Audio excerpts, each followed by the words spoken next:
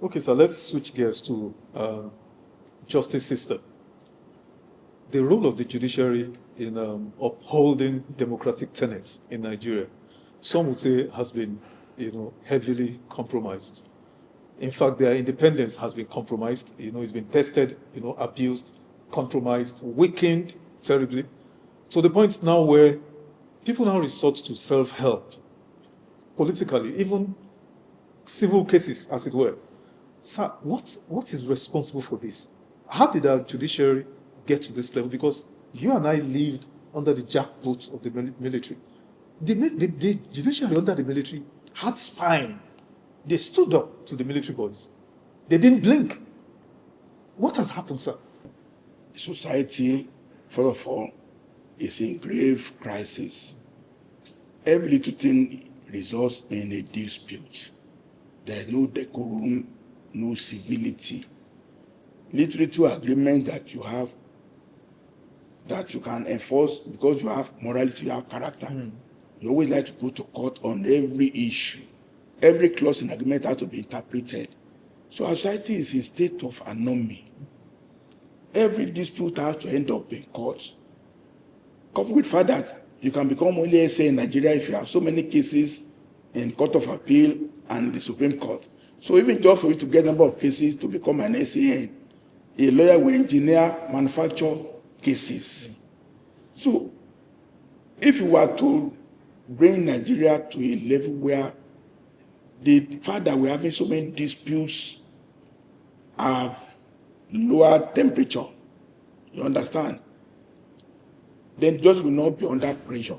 And then if you can win, just one 3-2 judgment can give you access to the federal allocation of a state government. If the judge, if you have 5 and 3-2, and they say you are now the governor of Osun State, and that is it, you now have access to, you can promise your judges 1 year worth of allocation. I'll give it to you.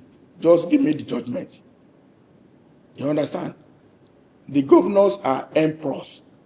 We're supposed to separate budgeting and financing from the office of the governor. But the governor, the whole money of the state is a one-line vote in the governor. You can wake up in the morning and say, give this man 100 million, 200 million. So with all these things, we need a reconfiguration of society. Our cloth we are wearing is already torn and worn out. We need to discard the cloth and think afresh and say, what is the purpose of society?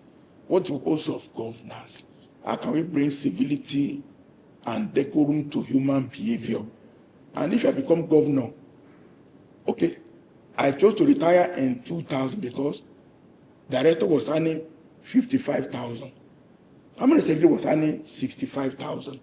Only 10,000 difference. So what am I doing trying to fight for permanent secretary? There's no need.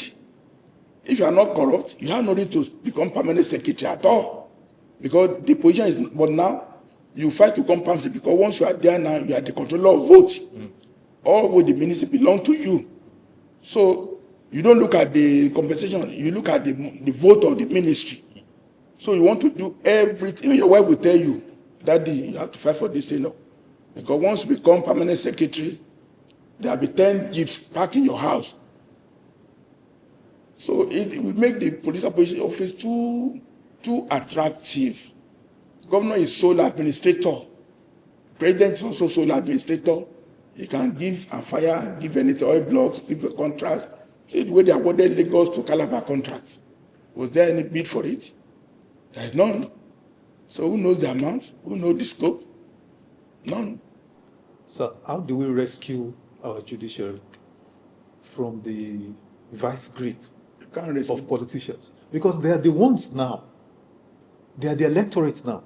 You can't rescue until you stop cases going to court. You can't rescue.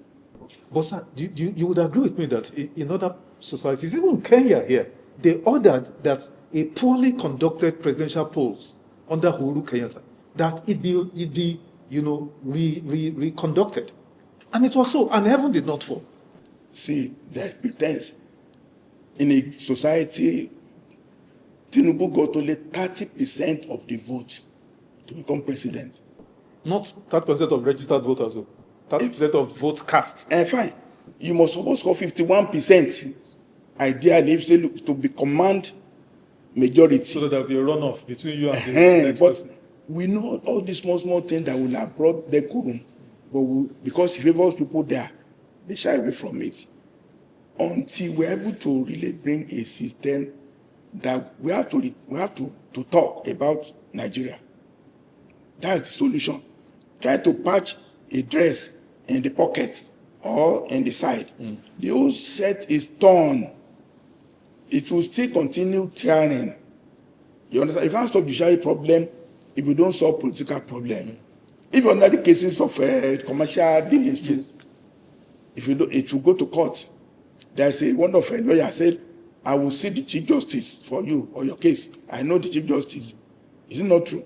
Recently, the Supreme Court made a pronouncement, belatedly anyway, on the Rivers debacle where the president declared a state of emergency, suspending Governor Fubara.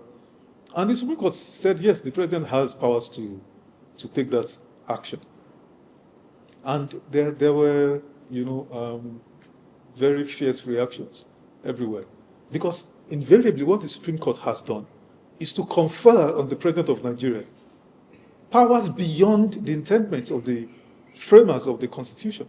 They've made the president to be above the Constitution of Nigeria.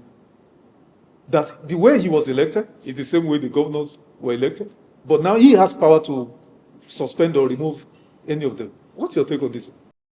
The Supreme Court credibility have been eroded in the last 3, 4, 5 years. Recall there was VAT case brought by Wike. Up to now, Supreme Court has not ruled on it. They've not ruled on it. I was expecting that ruling. They didn't rule on it. They kept quiet. Until they are not, they don't have deliberateness in what they do. It's so unfortunate. They are ruling on local government. It's also not deliberate because we run a 2-tier federation, but they are now bringing local government in 3rd tier. For that reason now, Osun State is emasculated because money is supposed to go to direct, not go to direct. So Supreme Court, from the time of Oputa, Anagolu, all of them, we have lost the respect and dignity of the office. Do you even know when you are? You don't even know who are the judges now. You don't know.